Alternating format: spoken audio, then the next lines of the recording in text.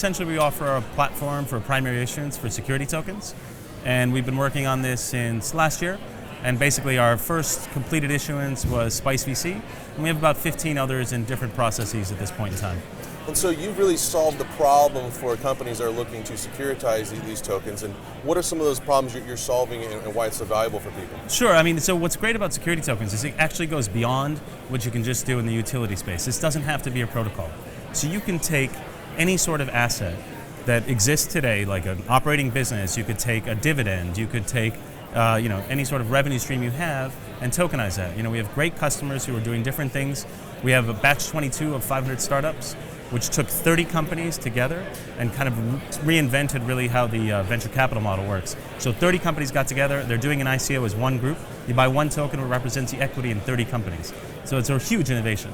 Absolutely, and let's talk maybe about the evolution of going to a security token here and how that works. Yeah, I mean, it's really a different kind of product, right? So what you have to do is you have investors, you don't necessarily have kind of everybody in the market, and so they have to go through a different process. The US has certain rules and regulations you have to abide by, things like KYC and AML checks, accreditation where it's applicable, and then there's a lot of different countries that have different rules. We operate all over Europe, we're in Japan and Korea, and so all these different markets have different rules, and in order to help our customers stay compliant, we spend a lot of time with lawyers. So maybe for people who don't understand it as well, everyone hears the term ICO. What's the difference between an ICO and a security token so people can kind of understand the difference? Yeah, I mean, there's a few pieces. Normally, a security token offering is some sort of asset backing, right? So you're not necessarily investing in a white paper and an idea, you're investing in an operating business, or it could even be like a building, for example. So that's one of the most significant differences. You can invest in equity, you can pay out dividends, these are other really significant pieces of it. And then additionally, you don't have kind of the broader market, you're looking only for investors as opposed to customers. And an ICO really should be focused on customers who are going to use the protocol, whereas a security token is really for investors. I think that's a very important thing to note there. I think a lot of times people maybe get that reversed in what it absolutely. is. So that's a great tip of information there for everyone. So being at the Crypto Invest Summit, I mean, what are you hoping to get out of it? How do you think everything's going so far? Yeah, I mean, so here we're making an announcement around secondary markets. So we partnered with Open Finance, and we just announced that this morning.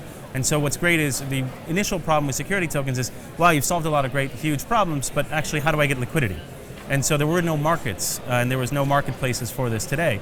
But now with Open Finance and our partnership with them, security tokens can be listed there, and they can be bought by accredited investors in the US, and internationally there'll be more exchanges coming online soon. Can you elaborate a little bit more about why it's so important for liquidity? I mean, we always hear that in public markets. Yeah. Obviously, liquidity is a very important thing, but how does that really offer that liquidity now versus how it was before? Well, so, I mean, currently, if you do a security token issuance, I think about this as a continuum of liquidity, right? So you start at a very simple point where you have a token that you can sell to an investor. And then we implement, and we're partnered with Bancor. And so Bancor provides another layer of kind of liquidity. And so with Bancor, investors can go in there and they can sell back against the reserve. So that provides you immediate liquidity, including for US investors, which is very important, because normally you have a 1-year lockup period, but if you're selling it back to the company, the rules are different.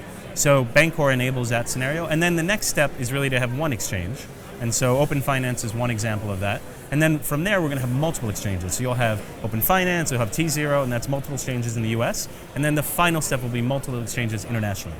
So those are starting to come online. We should see those by the end of the year. You're definitely filling a really big need. I think it's brilliant what you've done. Congratulations so far. If people want to find out more about the company, where can they go? Great, yeah, they can visit us at securitize.io, and you can also check us out on Telegram. We have a great channel. You're more than welcome to come and chat with us directly. Well, folks, that was the president and co-founder of Securitize, Jamie Finn. Jamie, thanks so much for taking the time. Thank you. Thank you. You're good. Stay tuned for the next interviews here on InvestorTownHall.com.